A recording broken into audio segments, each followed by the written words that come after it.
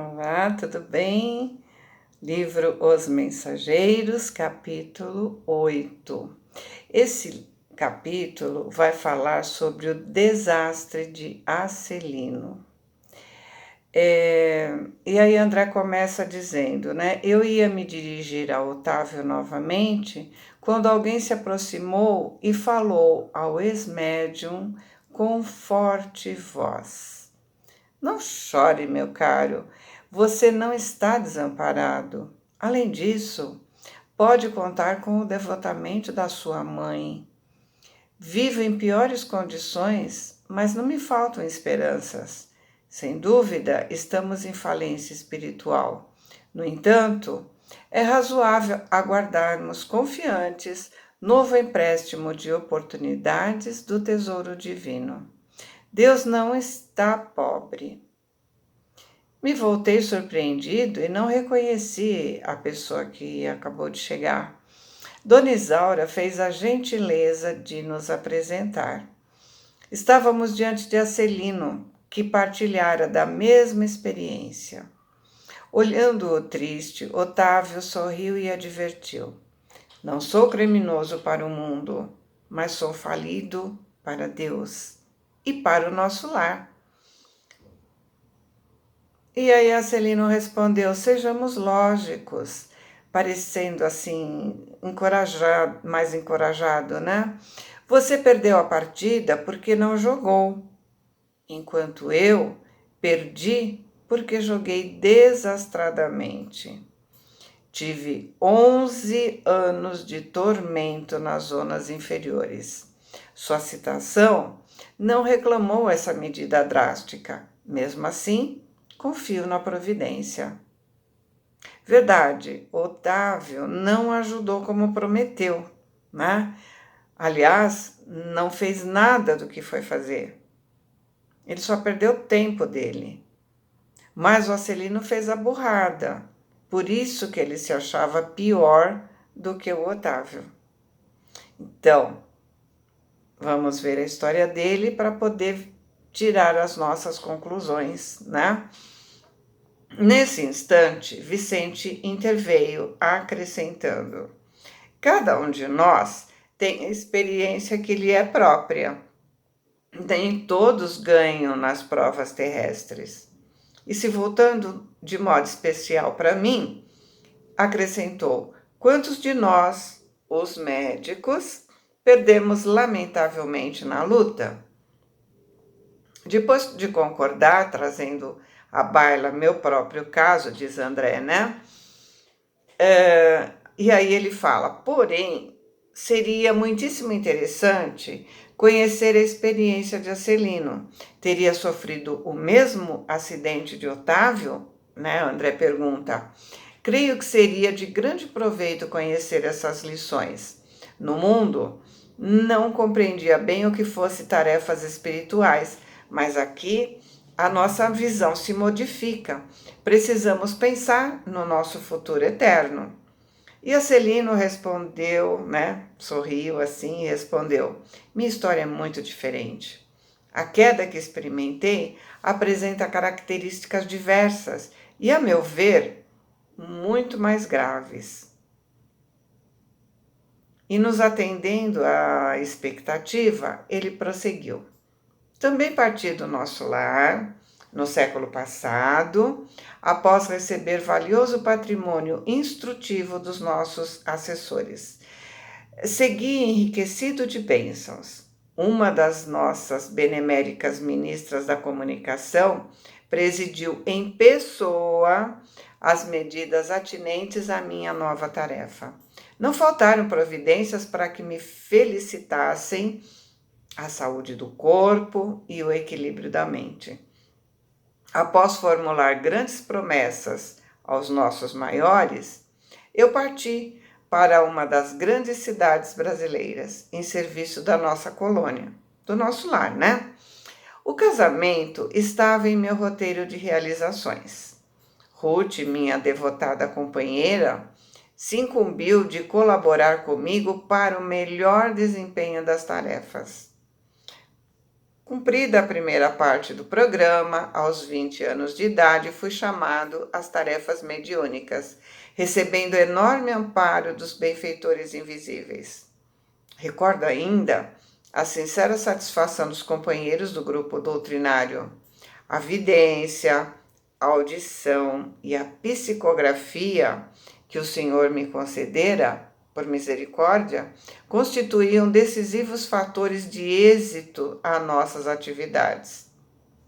Não é fácil, né, gente, a gente ter um médium que tem essas 3 qualificações, né? Um só tem as 3 qualificações. Normalmente, um médium psicografa, o outro tem evidência, o outro ouve, mas é raro alguém ter as 3 aptidões, né? Então, claro que o grupo ficou muito feliz, né, com ele. A vidência e a audição e a psicografia que o Senhor me concedera por misericórdia constituíam decisivos fatores de êxito para nossas atividades. A alegria de todos era insuperável. Entretanto, apesar das lições maravilhosas de amor evangélico, me inclinei a transformar minhas faculdades em fonte de renda material. Então, ele começou a usar a mediunidade para ganhar dinheiro. Afinal, não é fácil ter um centro, né? Ter alguém no centro assim, com tanto destaque. E aí, né, a vaidade leva facilmente as pessoas a fazerem isso.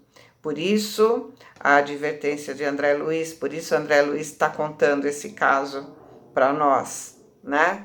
Para que nós tenhamos cuidado com isso. Não me dispus a esperar pelos abundantes recursos que o Senhor me enviaria mais tarde. Após meus testemunhos no trabalho, eu provoquei eu mesmo a solução dos problemas lucrativos. Não era meu serviço igual aos outros?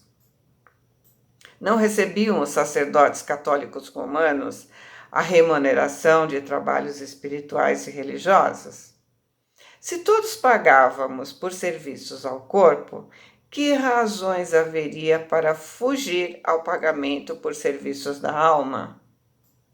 Amigos, apesar de terem consciência do caráter sagrado da fé, aprovavam minhas conclusões egoísticas. Admitíamos que, no fundo, o trabalho essencial era dos desencarnados, mas também havia a minha colaboração pessoal como como intermediário, né? Pelo que deveria receber a justa retribuição. Em vão, os amigos espirituais me aconselhavam o melhor caminho. Em vão, os companheiros encarnados me chamavam ao esclarecimento oportuno. Me agarrei ao interesse interior e fixei meu ponto de vista. Ou seja, pensando tudo aquilo, né? Se os outros podem receber, por que eu não? Né? Ele acabou se convencendo de que ele não estava errado. Mesmo os amigos espirituais falando, mesmo os companheiros encarnados mostrando, falando, né? Ele se agarrou àquele pensamento, por que não eu? Né? Ficaria definitivamente por conta dos consulentes. Ou seja, se o cara quer pagar, se o cara quer me procurar e me pagar, a responsabilidade é dele. Né? Ou seja, eu estou fazendo o que eles pediram, né? Sou inocente, pobrezinho, né? Arbitrei o preço das consultas, com bonificações especiais aos pobres e desvalidos da sorte. E meu consultório se encheu de gente. Interesse enorme foi despertado entre os que desejavam melhoras físicas e soluções para os negócios materiais. Grande número de famílias abastadas me tomou um consultor habitual para todos os problemas da vida. Ou seja, os caras não tinham trabalho nenhum. Iam lá, pediam opinião para ele e faziam. Então, que mérito essas pessoas tinham no que elas faziam? Perderam a oportunidade, assim como ele, né? Tá, a responsabilidade de ir atrás deles, de ouvi-lo, de dar valor ao que ele estava fazendo, era deles. A gente pode até pensar, se ele não fizesse, outro faria, mas aí a consciência é dele, né? A responsabilidade dos outros é dos outros, a dele é dele. As lições de espiritualidade superior, a confraternização amiga, o serviço redentor do Evangelho e as preleções dos emissários divinos ficaram à distância. Não mais a escola da virtude, do amor fraternal, da edificação superior, e sim a concorrência comercial, as ligações humanas legais ou criminosas, os caprichos apaixonados, né? Aquele negócio, traga o seu amor em não sei quantos dias, né? E casos de polícia e todo um cortejo de misérias da humanidade em suas experiências menos dignas. Me transformei completamente à paisagem espiritual que me rodeava. Ou seja, ele estava rodeado de bons espíritos, tendo essas atitudes, ele começou a ser rodeado por espíritos inferiores, que se passavam, né, aos olhos dele, aos olhos de quem o consultava, se passavam por mentores. Olha o perigo, gente. Por causa de me cercar de pessoas criminosas por questões de ganho sistemático, as baixas correntes mentais dos inquietos clientes me encarceraram em sombria cadeia psíquica. Cheguei ao crime de zombar da espiritualidade, do trabalho evangélico do nosso Senhor Jesus, esquecido de que os negócios delituosos dos homens de consciência viciada contam igualmente com entidades perniciosas que se interessam por eles nos planos invisíveis. E transformei a mediunidade em fonte de palpites materiais e baixos avisos. Então, os espíritos inferiores se associaram a eles, àqueles que buscavam auxílios, digamos, indignos, né? E se associaram também a ele, né? Então, eles se associam tanto ao consulente, entre aspas, né? Quanto ao consultor, aquele que faz mau uso da mediunidade. Nesse momento, os olhos do narrador se cobriram de súbita vermelhidão, mostrando fundo horror nas pupilas, como se estivesse revivendo atrozes dilacerações. Mas a morte chegou, meus amigos, e me arrancou a fantasia.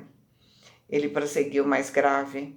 Desde o instante da grande transformação, a ronda escura de consulentes criminosos que me haviam antecedido no túmulo, aqueles que morreram antes dele, né? Rodeou-me a reclamar palpites e orientações de natureza inferior. Ou seja, continuou tudo na mesma. Queriam notícias de cúmplices encarnados, de resultados comerciais, de soluções atinentes a ligações clandestinas. Gritei, chorei, implorei, mas estava algemado a eles por sinistros elos mentais, em virtude da imprevidência da defesa do meu próprio patrimônio espiritual. Durante 11 anos consecutivos, expiei a falta entre eles, entre o remorso e a amargura. Olha que responsabilidade. Como espírito, ele, como uma pessoa, né, desencarnada, ele ainda era procurado pelas pessoas que desencarnaram antes dele. aquelas a quem ele aconselhava enquanto encarnados, ainda queriam sua ajuda. E lembra, né, que ele falou ajudas comerciais, ele queria saber o que estava acontecendo, eles queriam se ligar, né, a ligações clandestinas, ou seja, a maldade ali estava mais explícita, né? Se antes ele não enxergava a maldade no que ele estava fazendo, agora ele estava enxergando, por isso que ele gritou, implorou, mas ele estava preso àquilo, não tinha como ser diferente, né? Acelino calou-se, parecendo mais comovido em vista das lágrimas abundantes, fundamente sensibilizado. Vicente considerou: que é isso? Não se atormente assim. Você não cometeu assassinatos, nem alimentou a intenção deliberada de espalhar o mal. A meu ver, você também se enganou, como tantos de nós. Acelino, porém, enxugou as lágrimas, né, e respondeu: não fui homicida, nem ladrão vulgar, não mantive o desejo íntimo de ferir ninguém, nem desrespeitei lares alheios, mas indo aos círculos carnais para servir as criaturas de Deus, nossos irmãos, auxiliando-os no crescimento espiritual com Jesus, eu apenas fiz viciados da crença religiosa e delinquentes ocultos, mutilados da fé e aleijados do pensamento. Né? Aquelas pessoas que vão pelo pensamento dos outros, pelo palpite dos outros, e ele estava lá palpitando, né? Não tenho desculpas, porque estava esclarecido. Não tenho perdão, porque não me faltou assistência divina. E depois de longa pausa, ele concluiu gravemente: podem avaliar a extensão da minha culpa? Forte, né? Comparando com o capítulo anterior, nós temos duas histórias idênticas com posturas totalmente diferentes. Enquanto o do capítulo anterior, né? Ele fugiu às responsabilidades, ele teve medo e aí ele não usou as ferramentas que recebeu. O deste capítulo fez o quê? Usou, mas usou de forma indevida. Só quis tirar proveito, usar em benefício próprio. Ajudou pessoas materialistas a serem mais materialistas. Ou seja, no lugar de ajudar, ele atrapalhou. Utilizou as ferramentas recebidas de maneira totalmente equivocadas. E, portanto, acabou se unindo a entidades inferiores. Esse capítulo mostra para gente a importância de fazer o bem, de usar a mediunidade para o bem. E mostra também que a culpa acompanha a pessoa por muito tempo. Viu que ele falou? 11 anos ele ficou preso a essa culpa. Agora que ele estava recebendo, estava lá para receber auxílio. Ok? Boa semana, fiquem com Deus, amo vocês.